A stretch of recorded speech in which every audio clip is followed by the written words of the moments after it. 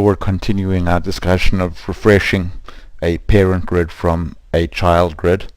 So let's go there now and then save this, go back to our customer grid over there, make a change. Let's go now and make that say Korea 4 over there now, and then press this button over there, and you can see that that refreshes. So now the next thing that we'd like to do is trigger this refresh based on some event over here. So let's assume that every time I make a change to this record in the child grid and I save the data, what I'd like to do is force a refresh of the parent grid. So I'm going to go back now to the child grid, to invoices over there, and I'm going to go to the events, and I've created a somewhat silly but demonstrative event over here. You can see here in the after update record, opening up the customer table, which is the parent table of this grid. This is the invoices grid, so customers is the parent. Ordering the grid on customer ID. I'm finding the record with customer ID number 2, and then I'm going to go and make a change, put that record into change mode, and change the value in the ship country field to be some random string plus the current time, the seconds part of the current time value. But the important thing is that I'm just putting some random data into the ship country field, and then I'm saving the record. But I'm still not yet triggering the refresh. So let's go ahead now and run the customer table. So if I go now over here, and then let's go to this record over there and make a change. So let's and now hit the save button. So now when we hit the save button over there, we went to the parent grid and we changed the value in ship country, and then when I press refresh parent grid row, you can see that there's the updated value. So now the next task is to make that happen automatically as soon as I commit that record.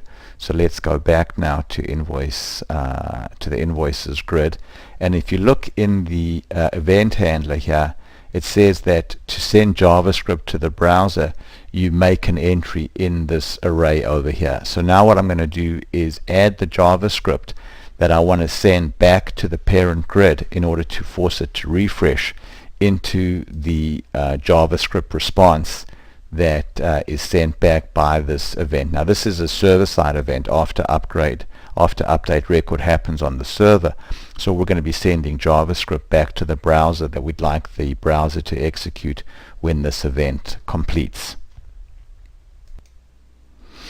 So what I've done now is I've added this additional code here to the after update record. So as you'll recall from the earlier part of the video, we had this button that we had defined over here. So we're in right now, this is the child grid, and in the child grid we had a button that went ahead and refreshed the parent, and this was the JavaScript that we used over here. So I'm going to copy that JavaScript to the clipboard, and then go now back to the events over here, and I'm going to paste it so you can compare it.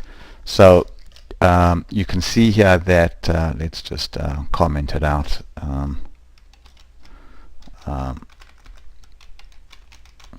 Get rid of that line, and so you can see that this line is over there unchanged, and this line over there is also there unchanged, but the first line we made a slight change because this placeholder grid.object is not understood on the server in this particular event, in the after update record event.